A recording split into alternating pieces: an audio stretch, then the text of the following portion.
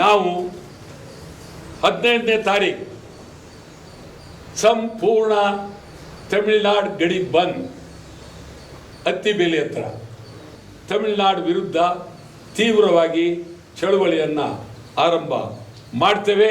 ಕನ್ನಡಿಗರ ಬೇಡಿಕೆಗಳನ್ನು ಕಾವೇರಿನೂ ಸೇರಿದಂಗೆ, ಬಿಡದಿ ಸೇರಿದಂಗೆ, MES ಸೇರಿದಂಗೆ, ಮಹದಾಯಿ ಸೇರಿದಂಗೆ, ಆನೇಕಲ್ ರೈತರು ಬಿಡದಿ ಎಲ್ಲ ಸೇರಿದಂಗೆ ರಾಜ್ಯದ ರೈತರನ್ನು ಉಳಿಸಿ, ಕನ್ನಡ ಉಳಿಸಿ, ಮೇಕೆದಾಟು ಆಗಬೇಕು. ಈಗ ಮೇಕೆದಾಟು ವಿಚಾರ ಬಂದಾಗ ನಾವು ಬೆಂಗಳೂರಿಗೆ ನೀರು ಕೊಡೋದಕ್ಕೆ, ರಾಮನಗರಕ್ಕೆ, ಬೆಂಗಳೂರಿಗೆ ನೀರು ಕೊಡೋಕ್ಕೆ ಸಾಧ್ಯ ಆಗ್ತಾ ಇಲ್ಲ. ಇಂಥ ಸಂದರ್ಭದಲ್ಲಿ ಬಿಡದಿ ಟೌನ್ಶಿಪ್ಪಲ್ಲಿ ಯಾವ ಥರದ ನೀರನ್ನು ಕೊಡ್ತಾರೋ ಅಂತ ನಮಗಂತೂ ಗೊತ್ತಿಲ್ಲ.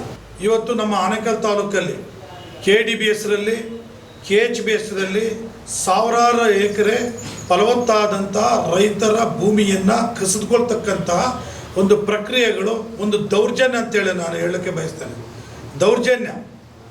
ದೌರ್ಜನ್ಯದ ಮುಖಾಂತರ ಇವತ್ತು ರೈತರ ಭೂಮಿಗಳನ್ನು ಕಬಳಿಸ್ತಾ ಇರ್ತಕ್ಕಂಥದ್ದನ್ನು ಬಹುಶಃ ಇದು ಮಾನವೀಯ ಮೌಲ್ಯಗಳಿಗೆ ವಿರುದ್ಧವಾಗಿರ್ತಕ್ಕಂಥದ್ದು. ಸುಗಮ ರೀತಿಯಲ್ಲಿ ಮೇಕೆದಾಟು ನಡಿಬೇಕು.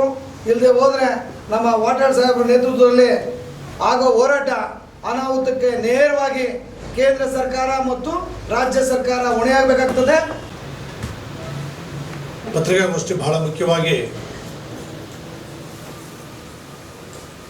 ಮೇಕೆದಾಟು ವಿಚಾರವಾಗಿ ಮತ್ತು ರಾಜ್ಯದ ಹಲವಾರು ಸಮಸ್ಯೆಗಳನ್ನು ಹೊತ್ತು ಇವತ್ತು ಒಂದು ಪತ್ರಿಕಾಗೋಷ್ಠಿಯನ್ನು ಮಾಡಿ ಅದರ ಮುಖಾಂತರ ಮುಂದೆ ಹೋರಾಟದ ರೂಪುರೇಷೆಗಳನ್ನು ಮಾಡಬೇಕು ಅಂತೇಳಿ ನಾವು ವಾಟಾಳ್ ನಾಗರಾಜ್ ಸಾಹೇಬರ ಒಂದು ಆದೇಶದ ಮೇರೆಗೆ ಇವತ್ತು ಪತ್ರಿಕಾಗೋಷ್ಠಿಯನ್ನು ಕರೆದಿದ್ದೇವೆ. ಏನು ಮೇಕೆದಾಟು ಸಮಸ್ಯೆ ನಡೆದಿದೆ ದಶಕಗಳಿಂದ, ಅಲ್ಲಿ ಮೇಕೆದಾಟು ಅಣೆಕಟ್ಟು ಕಟ್ಟಬೇಕು ಅಂತೇಳಿ ಕನ್ನಡ ಒಕ್ಕೂಟದ ನೇತೃತ್ವದಲ್ಲಿ ಮತ್ತು ಕನ್ನಡ ಒಕ್ಕೂಟದ ಅಧ್ಯಕ್ಷ ಆದಂಥ ಸನ್ಮಾನ್ಯ ವಾಟಾಳ್ ನಾಗರಾಜ್ ಸಾಹೇಬರು ಅವರ ನೇತೃತ್ವದಲ್ಲಿ ಬೆಂಗಳೂರಿಂದ ಮೇಕೆದಾಟು ಒಂದು ದೊಡ್ಡ ರ್ಯಾಲಿಯನ್ನು ಮಾಡಿ ಅಲ್ಲಿ ಮೇಕೆದಾಟು ಇದೇ ಸ್ಥಳದಲ್ಲಿ ಕಟ್ಟಬೇಕು ಅಂತೇಳಿ ಒಂದು ಅಡಿಗಲ್ಲನ್ನು ಹಾಕಿದ್ದು ಸನ್ಮಾನ್ಯ ವಾಟಾಳ್ ನಾಗರಾಜ್ ಸಾಹೇಬ್. ತದನಂತರ ಅನೇಕ ರಾಜಕೀಯ ಪಕ್ಷಗಳು ಹೋರಾಟಗಳನ್ನು ಮಾಡಿದ್ರು, ಸುಮ್ಮನಾಗ್ಬಿಟ್ರು. ಇವತ್ತು ತಮಿಳುನಾಡಿನ ಅನೇಕ ಸರ್ಕಾರಗಳು ಬಂದವು, ಮೇಕೆದಾಟು ವಿಚಾರದಲ್ಲಿ ನಮಗೆ ತೊಂದರೆಗಳನ್ನು ಕೊಟ್ಕೊಂಡೇ ಬಂದರು. ಅಲ್ಲಿ ಅಣೆಕಟ್ಟು ಕಟ್ಟುವ ವಿಚಾರದಲ್ಲಿ ನಾವು ಕೇಳ್ತಾ ಇರ್ತಕ್ಕಂಥದ್ದು ದಶಕಗಳಿಂದ 2-3 ಜಿಲ್ಲೆಗಳಿಗೆ ಕುಡಿಯೋ ನೀರಿನ ವಿಚಾರಕ್ಕಾಗಿ ನಾವು ಹೋರಾಟಗಳನ್ನು ಮಾಡಿರ್ತಕ್ಕಂಥದ್ದು ಮತ್ತು ಕೇಳ್ತಾ ಇರ್ತಕ್ಕಂಥದ್ದು. ಅದನ್ನು ವಿರೋಧ ಮಾಡಿಕೊಂಡೇ ಇಲ್ಲಿವರೆಗೂ ಕೂಡ ತಮಿಳುನಾಡವರು ತಮ್ಮ ರಾಜಕೀಯ ಬೇಳೆಯನ್ನು ಬೇಯಿಸ್ಕೊತಿದ್ದಾರೆ. ಈಗ ಮೊನ್ನೆ ತಾನೇ ಹೊಸದಾಗಿ ಅಧಿಕಾರ ಹಿಡಿದಿರ್ತಕ್ಕಂಥ ತಮಿಳುನಾಡು ಮುಖ್ಯಮಂತ್ರಿಗಳಾಗಿರ್ತಕ್ಕಂಥ ಶ್ರೀ ಜೋಸೆಫ್ ವಿಜಯ್ ಅವರು ಮೇಕೆದಾಟು ವಿಚಾರದಲ್ಲಿ ತಕರಾರನ್ನು ಎತ್ತಿದ್ದಾರೆ.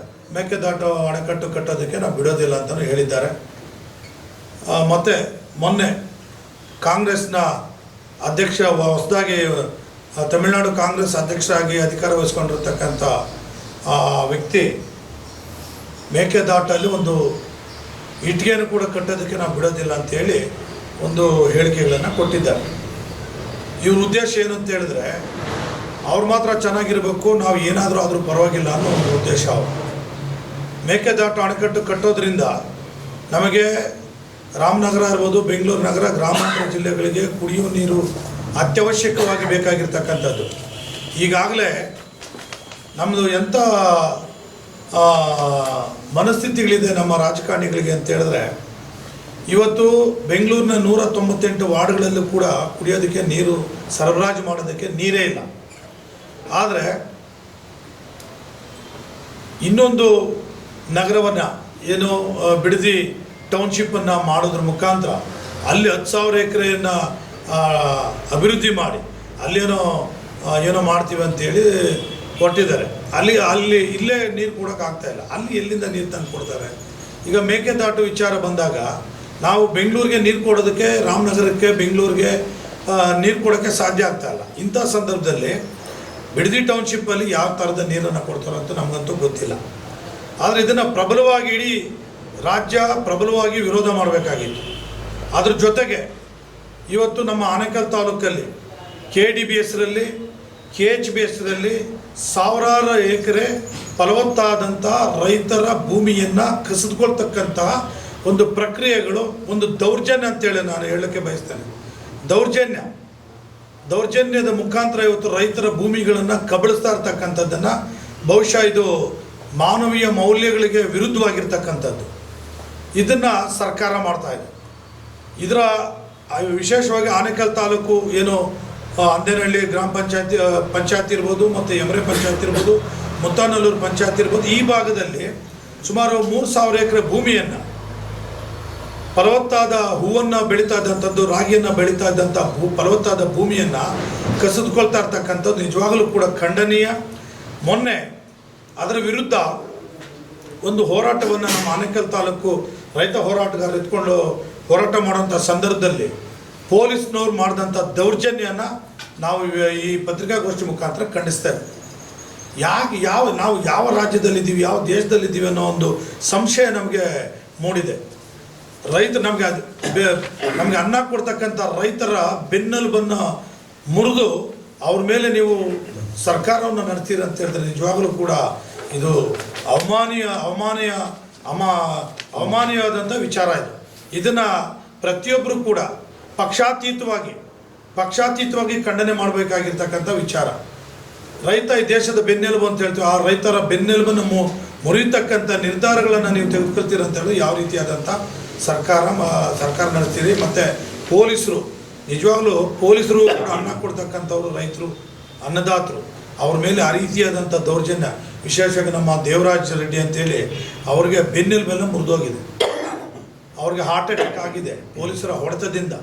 ಅವರು ಜಯದೇವ ಆಸ್ಪತ್ರೆಯಲ್ಲಿ ದಾಖಲಾಗಿದ್ದಾರೆ, ಮೊನ್ನೆ ಬಿಡುಗಡೆ ಆಗಿದ್ದಾರೆ. ಈ ರೀತಿಯಾದಂಥ ದೌರ್ಜನ್ಯ ದಬ್ಬಾಳಿಕೆಯನ್ನು ಪೊಲೀಸರು ನಡೆಸ್ತಾ ಇರ್ತಕ್ಕಂಥದ್ದು ನಿಜವಾಗಲೂ ಖಂಡನೀಯ.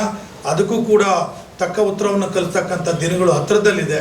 ಹಾಗಾಗಿ ಇವತ್ತು ಮೇಕೆದಾಟು ಇರ್ಬೋದು, ಮಹದಾಯಿ ನದಿ ನೀರಿನ ವಿಚಾರ ಇರ್ಬೋದು, ಗಡಿ ವಿಚಾರ ಇರ್ಬೋದು, ಭಾಷೆ ವಿಚಾರ ಇರ್ಬೋದು, ಇವು ಎಲ್ಲದರ ವಿಚಾರವಾಗಿ ಕೂಡ ನಾವು ಒಂದು ಕನ್ನಡ ಒಕ್ಕೂಟ ವಟಾಳ ನಾಗೇಶ್ ಅವರ ನೇತೃತ್ವದಲ್ಲಿ ಒಂದು ಬಲಿಷ್ಠವಾದಂಥ ಹೋರಾಟವನ್ನು ಮಾಡೋದಕ್ಕೆ, ನಿರ್ಧಾರವನ್ನು ಕೈಗೊಳ್ಳೋದಕ್ಕೆ ಅವರು ಹೇಳ್ತಾರೆ. ಆ ಒಂದು ಅವರ ಮಾರ್ಗಸೂಚಿಯಂತೆ ನಾವೆಲ್ಲರೂ ಕೂಡ ಕನ್ನಡ ಒಕ್ಕೂಟ ಮತ್ತು ಕನ್ನಡ ಜಾಗೃತಿ ವೇದಿಕೆ ಅವ್ರ ಜೊತೆ ಕೈ ಜೋಡಿಸುತ್ತೆ ಅಂತೇಳಿ ಎಲ್ಲ ಪತ್ರಿಕಾ ಮಾಧ್ಯಮದ ಮಿತ್ರರೇ, ಪದ್ಯ ಸಮಾನರಾದಂಥ ವಾಟಾಳ್ ಸಾಹೇಬ್ರೆ, ತಾಲೂಕಿನ ಹಿರಿಯ ಹೋರಾಟಗಾರರಾದ ಮಂಜುನಾಥ್ ದೇವಣ್ಣವರು, ಏನು ಮೇಕೆದಾಟು ಯೋಜನೆ ಅಣೆಕಟ್ಟು ಜಾರಿ ಆಗಲೇಬೇಕು. ಯಾವುದೇ ಸರ್ಕಾರ ಬಂದ್ರೂ ನಮ್ಮ ಕರ್ನಾಟಕಕ್ಕೆ ಮಾಡ್ತಿರೋ ಅನ್ಯಾಯ, ಮಲತಾಯಿ ಧೋರಣೆ ಇದನ್ನು ಬಿಡಬೇಕು. ಈ ಸರ್ಕಾರ ಗಟ್ಟಿಯಾಗಿ ನಿಲ್ಲಬೇಕು. ಏನು ಮೇಕೆದಾಟು ಯೋಜನೆಗೆ ನೀವು ಮೇಕೆದಾಟಿಂದ ಬೆಂಗಳೂರು ಗಂಟ ಪಾದಯಾತ್ರೆ ಮಾಡಿದ್ದೀರಿ, ಅದನ್ನು ಸಂಪೂರ್ಣವಾಗಿ ನೀವು ಪರಿಶೀಲನೆ ಮಾಡಿ ಕೇಂದ್ರ ಸರ್ಕಾರ ಈ ಕೂಡಲೇ ಅದಕ್ಕೆ ಯಾವುದೇ ಅಡೆತಡೆ ಇಲ್ಲದೆ, ಏನಿವತ್ತು ತಮಿಳುನಾಡು ಸರ್ಕಾರ ಖ್ಯಾತೆ ತೆಗಿತಾ ಇದೆ, ಅದಕ್ಕೆ ಕೇಂದ್ರ ಸರ್ಕಾರ ಮಣಿಯದೆ ಪರ್ಮಿಷನನ್ನು ಕೊಟ್ಟು ಸುಗಮ ರೀತಿಯಲ್ಲಿ ಮೇಕೆದಾಟು ನಡಿಬೇಕು. ಇಲ್ಲದೆ ಹೋದರೆ ನಮ್ಮ ವಾಟಾಳ್ ಸಾಹೇಬ್ರ ನೇತೃತ್ವದಲ್ಲಿ ಆಗೋ ಹೋರಾಟ ಅನಾಹುತಕ್ಕೆ ನೇರವಾಗಿ ಕೇಂದ್ರ ಸರ್ಕಾರ ಮತ್ತು ರಾಜ್ಯ ಸರ್ಕಾರ ಹೊಣೆಯಾಗಬೇಕಾಗ್ತದೆ. ಏನು ಮೇಕೆದಾಟು ಯೋಜನೆಗೆ ಸಂಪೂರ್ಣವಾಗಿ ಏನು ನೀವು ರೂಪುರೇಷೆ ಮಾಡಿದ್ದೀರಾ, ನೀವು ಸಿದ್ಧತೆ ಮಾಡಿದ್ದೀರಾ, ಅದನ್ನು ಸಂಪೂರ್ಣವಾಗಿ ಮುಗಿಸ್ಬೇಕು. ಮೇಕೆದಾಟು ನಮ್ಮ ಕರ್ನಾಟಕಕ್ಕೆ ಆಗಲೇಬೇಕು.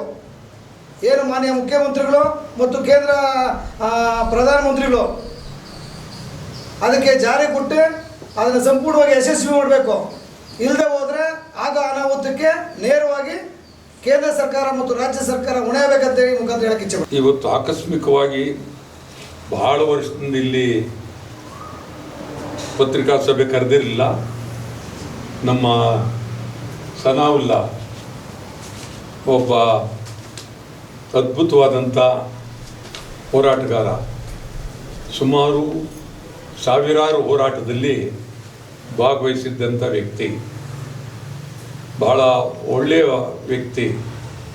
ಕನ್ನಡದ ಬಗ್ಗೆ ಅವ್ರಿಗಿದ್ದಂಥ ಅಪಾರವಾದಂಥ ಗೌರವ, ಪ್ರೀತಿ. ನಮ್ಮ ಪಕ್ಷದ ಅಧ್ಯಕ್ಷರಾಗಿ ಭಾಳ ಪ್ರೀತಿಯಿಂದ ಕೆಲಸ ಮಾಡಿದವರು. ಆಕಸ್ಮಿಕವಾಗಿ ಅವರ ಸಾವು ನಮ್ಮೆಲ್ಲರಿಗೂ ನೋವು ತಂದಿದೆ. ಅವರಂತೆ ಮತ್ತೊಬ್ಬರನ್ನ ತುಂಬತಕ್ಕಂಥದ್ದೇ ನಮಗೀಗ ದೊಡ್ಡ ಸವಾಲಾಗಿದೆ. ಆ ದೃಷ್ಟಿಯಿಂದ ಇವತ್ತು ಅವ್ರ ಮನೆಗೂ ಹೋಗಿ ಅವ್ರನ್ನ ಭೇಟಿ ಮಾಡಿ ಸಾಂತ್ವನ ಹೇಳಿ ಬರ್ತೀನಿ ನಾನು. ಮತ್ತು ಇಲ್ಲಿ ಪುರಸಭೆನೋ ಏನಿದೆಯೋ ಗೊತ್ತಿಲ್ಲ, ಇಲ್ಲಿ ಊರಲ್ಲಿ ಪುರಸಭೆಯವರು ಇಡೀ ಊರಲ್ಲಿ ಎಲ್ಲಾದರೂ ಒಂದು ಕಡೆ ಯಾವುದಾದ್ರು ರಸ್ತೆಗೆ ಸನಾವು ಲೈಸನ್ನ ಇಡಬೇಕು. ನಾನು ಅವ್ರಿಗೆ ಇಷ್ಟರಲ್ಲೇ ಪತ್ರನೂ ಬರಿತೇನೆ ಮತ್ತು ಆ ತಹಶೀಲ್ದಾರ್ರಿಗೂ ಬರಿತೇನೆ, ಆ ಮುನ್ಸಿಪಲ್ ಕಮಿಷನರ್ಗೂ ಬರಿತೇನೆ ಮತ್ತು ಸರ್ಕಾರಕ್ಕೂ ಬರಿತೇನೆ. ಒಬ್ಬ ಅದ್ಭುತವಾದಂಥ ವ್ಯಕ್ತಿ, ಭಾಳ ಹಸನ್ಮುಖಿ, ನಗುತ್ತಾ ಖುಷಿಯಾಗಿದ್ದಂಥ ವ್ಯಕ್ತಿ ಸಡನ್ನಾಗಿ ಹೋದ ಅಂದ ತಕ್ಷಣ ನಮಗೆ ನಿಜಕ್ಕೂ ಭಾಳ ನೋವಾಯಿತು. ನಾನು ಅವತ್ತು ಬಂದಿದ್ದೆ ಅವ್ರನ್ನ ನೋಡೋದಕ್ಕೆ. ಭಾಳ ಅತ್ಯಂತ ಗಂಭೀರವಾಗಿ ಅದನ್ನು, ಆ ನೋವನ್ನು ನಾವು ಸಹಿಸ್ಕೊತಾ ಇದ್ದೀವಿ. ಅವರ ಆತ್ಮಕ್ಕೆ ಶಾಂತಿ ದೊರಕಲಿ. ಈಗ ಏನು ಸುಮಾರು ಈ ಆನೆಕಲ್ಲು ಸಂಬಂಧ ಒಂದು 50 ವರ್ಷದ ಮೇಲೆ ಸಂಬಂಧ. ಹಿಂದೆ ಅನೇಕ ಜನ ಕನ್ನಡ ಚಳುವಳಿಗಾರರು ಭಾಳ ಜನ ಇದ್ದರು, ಭಾಳ ಹಿಂದೆ. ಮತ್ತು ಸುತ್ತಮುತ್ತ ಕನ್ನಡದ ವಾತಾವರಣ ಪೂರ ಇತ್ತು. ಇವತ್ತೇನು ಆನೆಕಲ್ಲು ಇದೆಯೋ ಇಲ್ಲವೋ ಅನ್ನೋ ರೀತಿ ಆಗೋಗಿದೆ. ಸುತ್ತ ಅದೇನು ಕಾರ್ಖಾನೆಗಳು ಬಂದಿದೆ ಅಂತ ಹೇಳಿದ್ರೆ, ಯಾವ ಕಾರ್ಖಾನೆಯಲ್ಲೂ ಕನ್ನಡಿಗರಿಗೆ ಪ್ರವೇಶ ಇಲ್ಲ. ಕನ್ನಡಿಗರು ಕರ್ನಾಟಕದಲ್ಲಿ ಎಷ್ಟು ಕಾರ್ಖಾನೆಗಳು, ಈ ಆನೆಕಲ್ಲು ಒಂದೇ ಅಲ್ಲ, ಇಡೀ ರಾಜ್ಯ. ಈಗ ಸದ್ಯಕ್ಕೆ ನಾವು ಆನೆಕಲ್ಲು ಬಂದಿರೋದ್ರಿಂದ ಆನೆಕಲ್ಲು ಸುತ್ತ ಎಷ್ಟು ಕಾರ್ಖಾನೆಗಳಿದೆ, ಅಲ್ಲಿ ಕನ್ನಡಿಗರಿಗೆ ಉದ್ಯೋಗ ಇಲ್ಲ. ಸರ್ಕಾರ ಅವ್ರಿಗೆ ಏನೂ ಬೇಕಾಗಿಲ್ಲ. ಕನ್ನಡದ ಬಗ್ಗೆ ಪ್ರಾಮಾಣಿಕವಾಗಿ ಚಿಂತನೆ ಸರ್ಕಾರಕ್ಕೆ ಬೇಕೇ ಆಗಿಲ್ಲ. ಸರ್ಕಾರಕ್ಕೆ ಬೇಕಾಗಿಲ್ಲ, ಆ ಕ್ಷೇತ್ರದ ಶಾಸಕರು ಬೇಕಾಗಿಲ್ಲ, ಆ ಕ್ಷೇತ್ರದ ಪಾರ್ಲಿಮೆಂಟ್ ಸದಸ್ಯರುಗಳಿಗೆ ಬೇಕಾಗಿಲ್ಲ. ಏನೋ ಒಂದು ರೀತಿ ಇವರು ಅವರೆಲ್ಲ ಒಟ್ಟಿಗೆ ಹೊಂದಾಣಿಕೆ ಮಾಡ್ಕೊಂಡು ಕಾರ್ಖಾನೆಗಳು ನಡೀತವೆ ಅನ್ನೋಂಗೆ ಆಗೋದು, ಗೊತ್ತಾಯ್ತಾ? ಇನ್ನು ಕಾರ್ಖಾನೆಗಳಿಗೆ ಉಳಿದಿರೋದು ಒಂದೇ ಮಾರ್ಗ ಅಂದರೆ ನುಗ್ತಕ್ಕಂಥದ್ದು. ಈಗ ನಮ್ಮ ಪೊಲೀಸ್ ಎಲ್ಲ ಅವ್ರ ಕಾರ್ಖಾನೆಗಳಿಗೆ ರಕ್ಷಣೆ. ಮತ್ತು ನಮ್ಮಲ್ಲಿ ಕಾರ್ಮಿಕ ಇಲಾಖೆ ಇದೆ, ಅವ್ರು ಏನಂದ್ರೆ ಏನಿಲ್ಲ, ಕನ್ನಡದವ್ರು ಏನಾಗಿದೆ ಅಂತೇಳಿ ಏನೂ ಕೇಳೋರಿಲ್ಲ. ಈ ಪರಿಸ್ಥಿತಿ ಇಡೀ ರಾಜ್ಯದಲ್ಲಿ ಆಗಿದೆ. ಇಡೀ ರಾಜ್ಯದಲ್ಲಿ ಆಗಿ ಹೊರಗಡೆಯಿಂದ ಸುಮಾರು 2.5-3 ಕೋಟಿ ಜನ ಬಂದಿದ್ದಾರೆ. 1-2 ಅಲ್ಲ, 2.5-3 ಕೋಟಿ ಜನ ಹೊರಗಡೆಯಿಂದ ಬಂದಿದ್ದಾರೆ. ಬಿಹಾರಿನಿಂದ ಬಂದಿದ್ದಾರೆ, ಉತ್ತರ ಪ್ರದೇಶದಿಂದ ಬಂದಿದ್ದಾರೆ, ಸಿಕ್ಕಾಪಟ್ಟೆ ಕಡೆ ಬಂದಿದ್ದು, ತಮಿಳುನಾಡು ಎಲ್ಲ ಕಡೆ ಬಂದಿದ್ದಾರೆ. ಇಷ್ಟು ಕರ್ನಾಟಕದಲ್ಲಿ ಬಂದಿರೋಷ್ಟು ಯಾವ ರಾಜ್ಯಕ್ಕೂ ಎಲ್ಲೂ ನಮ್ಮ ಕನ್ನಡದವರು ಹೋಗಿಲ್ಲ. ಕನ್ನಡದವರು ನಮ್ಮಲ್ಲೇ ಇದ್ದಾರೆ, ನಮ್ಮ ಬಿಟ್ಟು ಹೋಗಿಲ್ಲ. ಎಲ್ಲೋ ಶೇಕಡ 1 ಭಾಗ ವಿದೇಶ ಅಲ್ಲಿ ಇಲ್ಲಿ ಇದ್ದಾರೆ.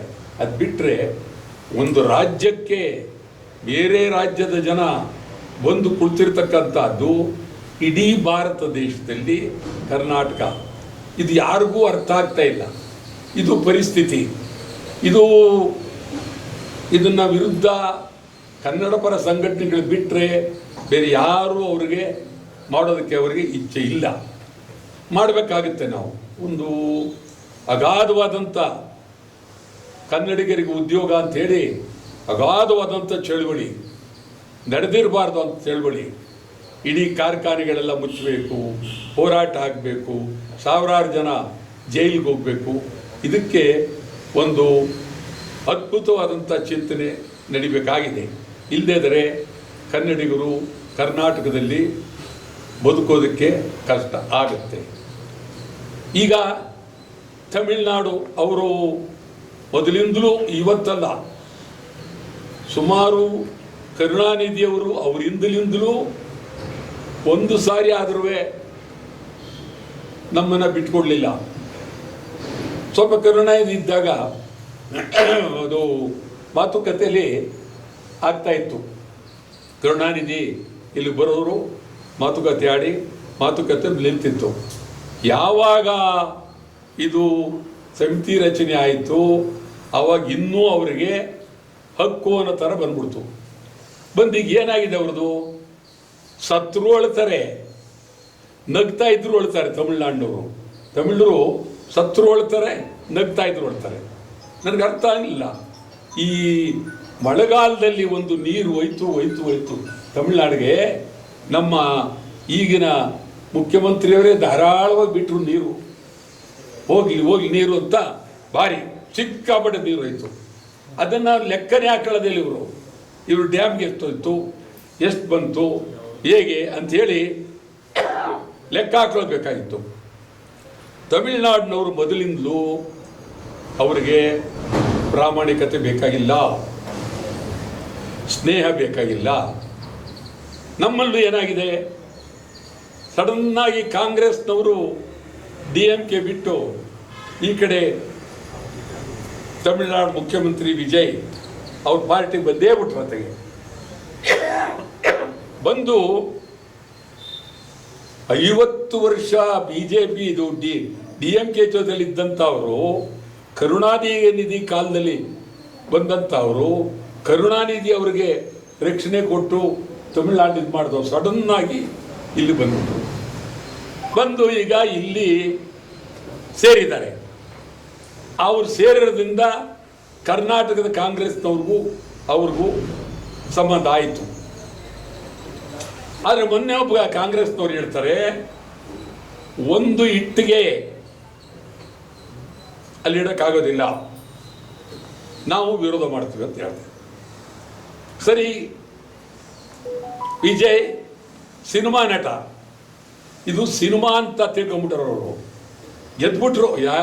ಗೆಲ್ಲೋದಕ್ಕೆ ಅದು ಯಾವ ಥರ, ಯಾವ ತ್ಯಾಗ, ಬಲಿದಾನ, ದುಡಿಮೆ, ಹೋರಾಟ, ಜನಪರ ಏನೂ ಇಲ್ಲ.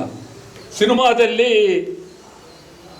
ಕೂಗಾಡೋದು, ಸಿನಿಮಾದ ಜನಪದ ಜನ ಸಿನಿಮಾದಲ್ಲಿ ಒಂಥರ ಸ್ಟೈಲು, ಫೈಟು, ಇದರಲ್ಲಿ ನಮ್ಮ ಜನ ಸಿನಿಮಾನೇ ನಿಜ ಅಂತ ತಿಳ್ಕೊಂಬಿಟ್ಟಿದ್ದಾರೆ ನಮ್ಮ ಜನ.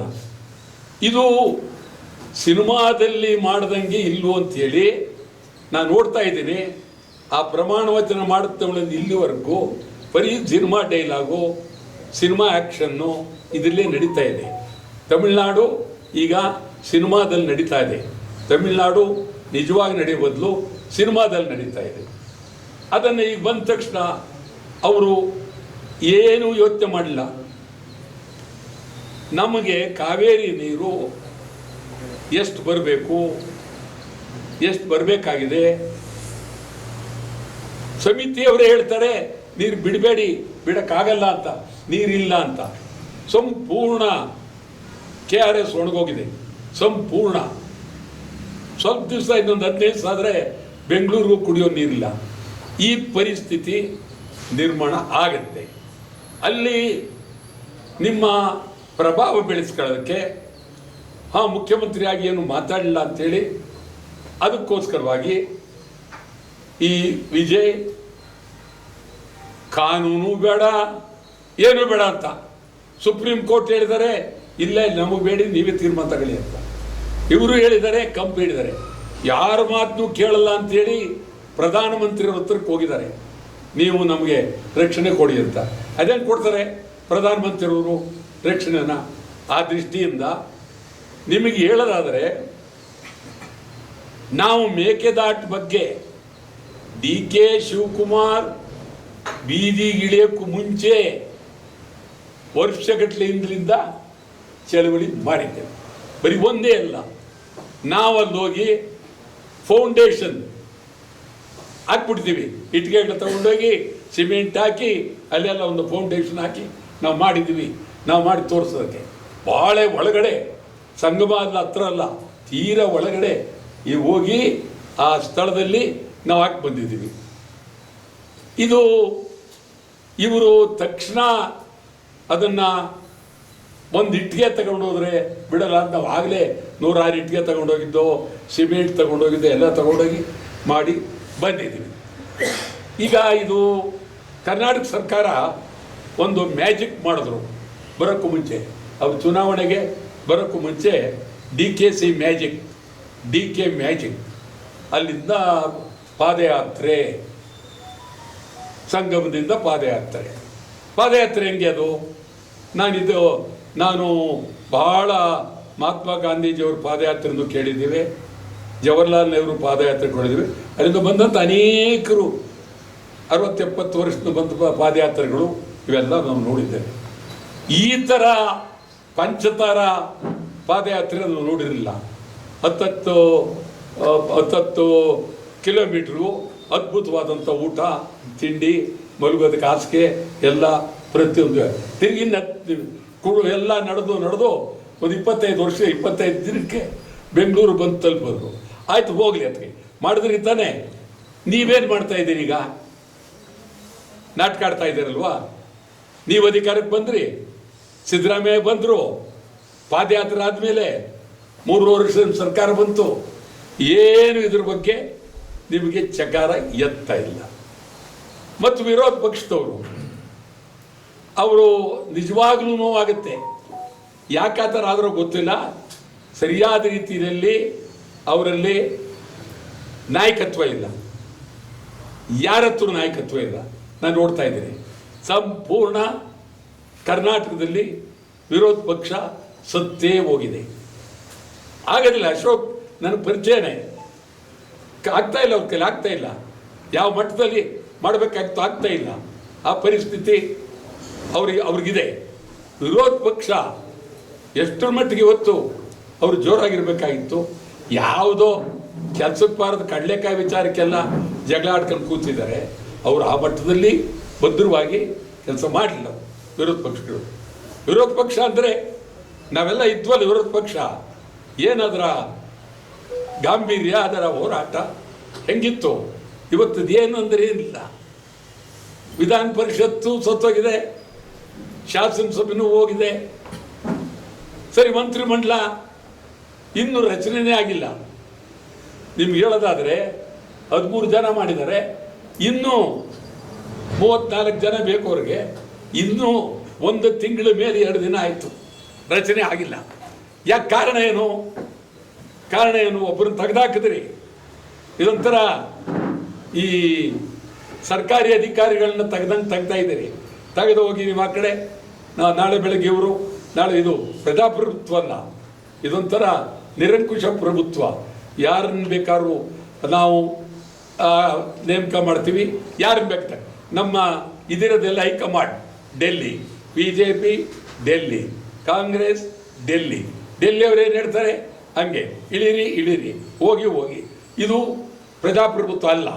ಪ್ರಜಾಪ್ರಭುತ್ವ ಅಂದಾಗ ಇಲ್ಲಿ ಚುನಾಯಿತ ಪ್ರತಿನಿಧಿಗಳು ನೀವು ಸೆಲೆಕ್ಟ್ ಮಾಡಬೇಕು. ಈಗ ಮುಖ್ಯಮಂತ್ರಿ ಹೇಳ್ತಾ ಇದ್ದಾರೆ ಮಂತ್ರಿಮಂಡಲ ನನ್ನ ಕೈಲಿಲ್ಲ, ಏನಿದ್ರು ಅವರು ಹೇಳಿದ ಮೇಲೆ ಕಂಪ್ಲೀಟ್ ಎಲ್ಲ ಅವ್ರ ಕೈಲಿದೆ. ಇದು ಪ್ರಜಾಪ್ರಭುತ್ವಕ್ಕೆ ಅತ್ಯಂತ ಅಪಲಕ್ಷಣ, ಒಳ್ಳೆಯ ಸೂಚನೆ ಅಲ್ಲ. ನಾನು ನಿಮಗೆ ಹೇಳೋದಾದರೆ 1967ರಲ್ಲಿ ನನಗೆ ಆಗ 25 ವರ್ಷ, ಫಸ್ಟ್ ಅಸೆಂಬ್ಲಿ ಮೆಂಬರ್ನ 1967. ನೀವ್ಯಾರು ಹುಟ್ಟಿರಲಿಲ್ಲ ಅವಾಗ. 67ರಲ್ಲಿ 73 ಬೆಂಗಳೂರು ಸಿಟಿಯಿಂದ ಗೆದ್ದಿದ್ದು. ನಿಮ್ಗೆ ಹೇಳ್ತೀನಿ, ಅವತ್ತು ಇದ್ದಂಥ ಜನ ನಿಜಲಿಂಗಪ್ಪನವರು, ಹನುಮಂತರು ಏನು ಭಾಳ ದೊಡ್ಡ ಅದ್ಭುತವಾದ ಜನ. ಬಟ್ ಇವತ್ತು ಆ ಮಟ್ಟದಲ್ಲಿ ಇಲ್ಲ, ಪ್ರಶ್ನೆ ಬೇರೆ. ಆ ದೃಷ್ಟಿಯಿಂದ ಇವತ್ತು ಒಂದು ಕಡೆ ರೈತರ ಗೋಳು, ಎಲ್ಲ ಕಡೆ ಬಿಡದಿ ಟೌನ್ಶಿಪ್ ಯಾರಿಗೆ ಬೇಕು? ಬಿಡದಿ ಟೌನ್ಶಿಪ್ ಯಾರಿಗೆ ಬೇಕು? ಯಾಕೆ? ಕಾರಣ ಯಾಕೆ? ಮತ್ತೊಂದು ಪರಭಾಷಾ ರಾಜ್ಯ ಮಾಡಕ್ಕ? ಯಾರು ಅಲ್ಲಿ ಬರೋರು? ಸೈಟ್ ತಗೊಳ್ಳೋರು ಯಾರು? ಎಲ್ಲ ಹೊರಗಡೆಯವರು, ಹಣವಂತರು. ಏನಿಲ್ಲ ಬಡವರಿಗೆ ನೀವು ಅಲ್ಲಿ ಜಾಗ ಎಲ್ಲಿ ಕೊಡ್ತೀರಿ? ಏನಿಲ್ಲ, ಸುಮ್ಮನೆ ಅವರಿಗೆ 2 ಕೋಟಿ 3 ಕೋಟಿ ಚೆಕ್ ಕೊಟ್ಬಿಡ್ತೀವಿ ಅಂತ ಆಸೆ ತೋರಿಸಿ ಅವರಿಗೆ ನೀವು ಕೊಲ್ತಾ ಇದ್ದೀರಿ. ಒಳ್ಳೆಯದಲ್ಲ.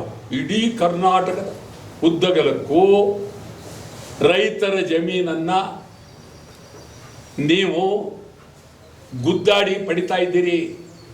ರೈತರ ಜಮೀನನ್ನು ದೌರ್ಜನ್ಯದಿಂದ ಪಡಿತಾ ಇದ್ದೀರಿ. ರೈತರು ಜಮೀನೆಲ್ಲ ಕೊಟ್ಬಿಟ್ರು ಅಂದರೆ ನಾಳೆ ನೀವು ಆಲೂಗೆಡ್ಡೆನೂ ತಿನ್ನೋಕ್ಕಾಗಲ್ಲ, ಈರುಳ್ಳಿನೂ ತಿನ್ನೋಕ್ಕಾಗಲ್ಲ, ಕಬ್ಬಣ ಸಿಮೆಂಟ್ ತಿನ್ನಬೇಕಾಗುತ್ತೆ. ಆ ಪರಿಸ್ಥಿತಿ ನಿರ್ಮಾಣ ಆಗುತ್ತೆ. ನೋಡೋಣ ಅದು ಯಾವ್ಯಾವ ಕಾಲಕ್ಕೆ ಏನೇನಾಗುತ್ತೆ ನಿಮಗೆ ಗೊತ್ತಿಲ್ಲ. ಇದರಲ್ಲಿ ಬಳ್ಳಾರಿಲಿ ಜಿಂದಾಲ್ ಒಬ್ಬರಿಗೆ 10,000 ಎಕರೆ 10,000 ಎಕರೆ, 1 ಎಕರೆಗೆ 1,30,000 ರೂಪಾಯಿ. ಅದು ಇಲ್ಲಿ 5 ಕೋಟಿ ಆಗುತ್ತೆ. ಕೊಟ್ಟರು, ಹಂಚಿಗೆ ತಗೊಂಡ್ರು. ಯಾರಿಗೆ ಹೇಳೋದು, ಯಾರಿಗೆ ಕೇಳೋದು? ನಿರಂತರವಾಗಿ ಬರೀ ಅಲ್ಲಿ ಬಳ್ಳಾರಿ ಒಂದು ಕಂಪ್ನಿಗೆ, ಜಿಂಡಾಲ್ ಕಂಪ್ನಿ ಒಂದು ಕಂಪ್ನಿಗೆ, ಮಿಕ್ ಕಂಪ್ನಿದು ಬೇರೆ ಇದೆ. ಮತ್ತು ಇಡೀ ರಾಜ್ಯದಲ್ಲಿ ಹೋಗ್ತಾ ಇದೆ, ಎಲ್ಲ ಹೋಗ್ತಾ ಇದೆ. ಇದು ದಂಗೆ ಹೇಳ್ತಾರೆ. ಇನ್ನು ಪ್ರಜಾಪ್ರಭುತ್ವ ಉಳಿಯಲ್ಲ. ಈ ಥರ ಆದರೆ ಪ್ರಜಾಪ್ರಭುತ್ವ ಉಳಿಯಲ್ಲ. ದಂಗೆ ಹೇಳ್ತಾರೆ. ನಾವು ತಮಿಳುನಾಡಿನವ್ರಿಗೆ ಮೇಕೆದಾಟ್ ಅಡ್ಡಪಡಿಸ್ತಾ ಇದ್ದಾರೆ, ಕಾವೇರಿ ಅಡ್ಡಪಡಿಸ್ತಾ ಇದ್ದಾರೆ. ಆ ದೃಷ್ಟಿಯಿಂದ ನಾವು 15ನೇ ತಾರೀಕು ಸಂಪೂರ್ಣ ತಮಿಳುನಾಡು ಗಡಿ ಬಂದ್. ಅತ್ತಿಬೇಲಿ ಹತ್ರ 16, 15, 7, 26 ಬುಧವಾರ ಅತ್ತಿಬೆಲೆ ಗಡಿ ಬಂದ್. ಬುಧವಾರ ಅತ್ತಿಬೆಲೆ ಗಡಿ ಬಂದ್. ಭಾಳ ಇದು ಅಲ್ಲಿಂದ ತಮಿಳುನಾಡು ವಿರುದ್ಧ ತೀವ್ರವಾಗಿ ಚಳುವಳಿಯನ್ನು ಆರಂಭ ಮಾಡ್ತೇವೆ. ಇದು ಭಾಳ ಗಂಭೀರವಾಗಿ ಇದನ್ನು ನಾನು ಹೇಳ್ತಾ ಇದ್ದೀನಿ. ಪ್ರತಿ ಸಾರಿನೂ ನಾವು ಅವ್ರಿಗೆ ಮಾಡ್ತಾ ಇದ್ದೀವಿ. ನಿಮಗೆ ಹೇಳೋದಾದರೆ ಇಡೀ ರಾಜ್ಯದಲ್ಲಿ ಮಹದಾಯಿ ಉತ್ತರ ಕನ್ನಡ ಅಲ್ಲಿಲ್ಲ.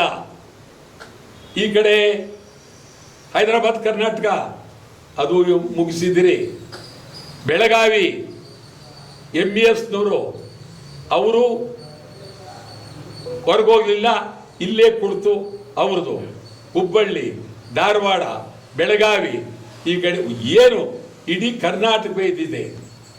ಎಲ್ಲ ಬೇಡಿಕೆಗಳನ್ನು, ಸಮಗ್ರ ಕನ್ನಡಿಗರ ಬೇಡಿಕೆಗಳನ್ನು, ಕಾವೇರಿನೂ ಸೇರಿದಂಗೆ, ಬಿಡದಿ ಸೇರಿದಂಗೆ, MES ಸೇರಿದಂಗೆ, ಮಹದಾಯಿ ಸೇರಿದಂಗೆ ಸುಮಾರು 20 ಬೇಡಿಕೆಗಳನ್ನು, ಅದೇ ಆನೇಕಲ್ ರೈತರು, ಬಿಡದಿ ಎಲ್ಲ ಸೇರಿದಂಗೆ ರಾಜ್ಯದ ರೈತರನ್ನು ಉಳಿಸಿ, ಕನ್ನಡ ಉಳಿಸಿ, ಮೇಕೆದಾಟು ಆಗಬೇಕು, ಕಾವೇರಿ ನೀರಿಲ್ಲ, ಉತ್ತರ ಕರ್ನಾಟಕ ಅಭಿವೃದ್ಧಿ, ಹೈದರಾಬಾದ್ ಕರ್ನಾಟಕ ಅಭಿವೃದ್ಧಿ, ಬೆಳಗಾವಿ MES ನಿಷೇಧ ಮಾಡಬೇಕು. ಇದೆಲ್ಲವನ್ನ ಸೇರಿ ನಾವೆಲ್ಲ ಕುಳಿತು ಕನ್ನಡ ಪರ ಹೋರಾಟಗಾರರು ಮುಂದಿನ ದಿನದಲ್ಲಿ ಸಮಗ್ರವಾಗಿ ಕರ್ನಾಟಕ ಬಂದ್ಗೂ ಕರೆ ಕೊಡ್ತೀವಿ. ಸಮಗ್ರವಾಗಿ ಕರ್ನಾಟಕ ಬಂದ್ಗೂ ಕರೆ ಕೊಡ್ತೀವಿ. ಇಡೀ ರಾಜ್ಯದ ಉದ್ದಗಲಕ್ಕೂ ಅಖಂಡ ಕರ್ನಾಟಕ ಬಂದ್ಗೆ ಕರೆ ಕೊಡ್ತೀವಿ. ನಮಸ್ಕಾರ.